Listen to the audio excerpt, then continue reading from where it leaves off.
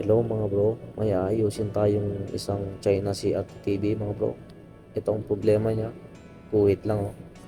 Ito ay ginagamit pa naman nila nung nanonood sila, pero bigla na lang daw nagganito.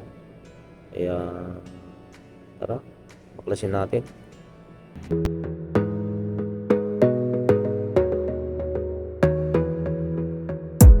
You gotta focus on yourself, on your faith, on your dreams, on your mind, on your health, yeah.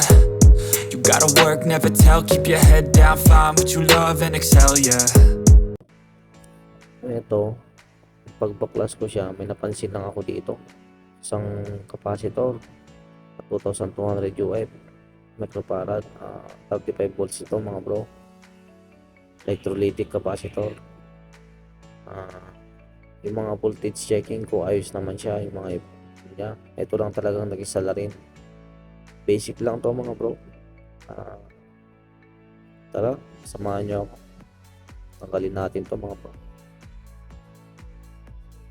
Ito, papakita ko lang sa inyo kung pag tinitignan siya kung saan siya nakabawat connect yung dalawang pa. May apat dito na connection ng socket ng puntang yok mga bro. Yung pinaka ano nyo dito,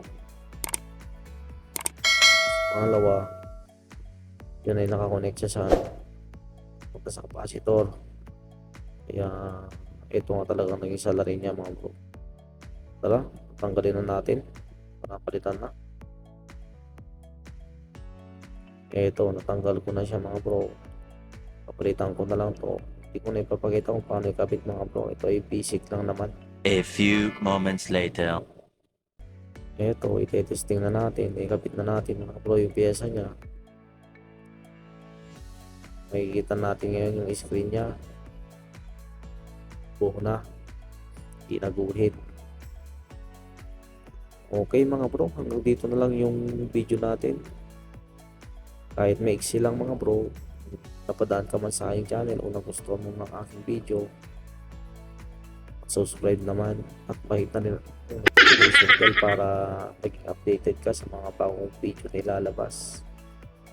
Maraming salamat sa inyo mga bro.